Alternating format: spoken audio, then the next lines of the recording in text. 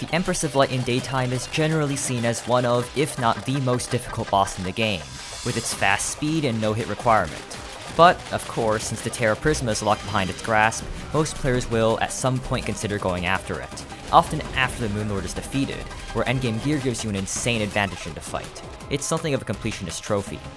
But the terraprisma, despite being the most powerful summoning weapon in the game, is also technically post-Plantera. So, in the event that you do want a terraprisma during standard game progression, and not as a keepsake, let me show you a kit and a strat that is extremely effective against this particular boss. This strategy encompasses one strategy in particular, maximum damage. You should be running a maximum damage setup like this, with every accessory filled. If you're an expert, remove the Berserker's Glove, and if you're on normal, remove the Pygmy Necklace or Avenger Emblem. Everything is on Menacing. In lieu of wings or a dash, you should use the Witch's Broom.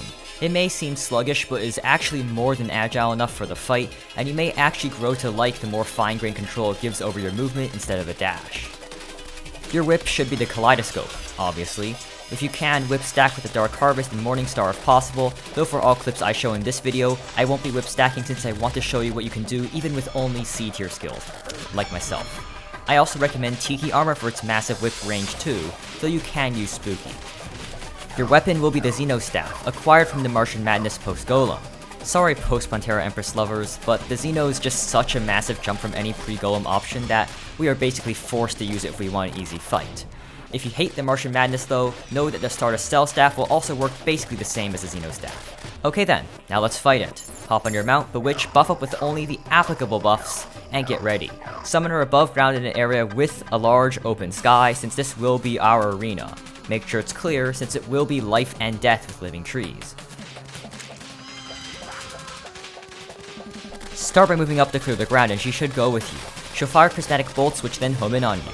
Unfortunately for them though, by simply changing direction slightly toward the end, they should just all miss.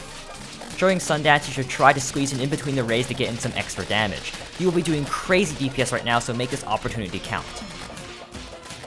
Once she releases her Everlasting Rainbow, just move right to clear both following attacks. Remember, the slight turn thing for bolts in this case is incredibly important. In phase 2, run away perpendicular to the lances like this, something you should already be used to now from normal Empress fights. For this attack, just circle around like this and you should avoid the attack. But make sure to not be going up when exiting the circular dodge, or this Everlasting Rainbow will gank you. And now, if you didn't blink, the Empress should be dead. Yes, dead. Even without hyper sweating or whip stacking, we killed Master Mode Empress in 35 seconds. It's no sweaty combo whip stacking 20-second kill, but it's very respectable.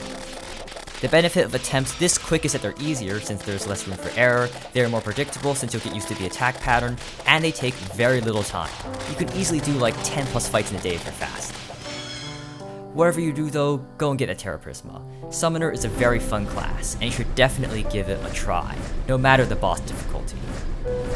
Hello, if you enjoy my content and haven't subscribed, I ask you to do so as only about a quarter of you are. If you want to learn about whip stacking, here's my 100 seconds on it.